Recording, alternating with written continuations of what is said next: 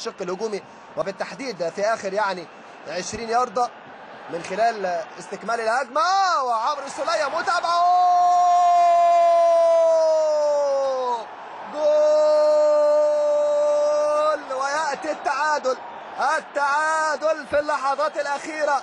ابى مروان محسن، ابى مروان، انه كروان، مروان الكروان يغرد في كل زمان واي مكان.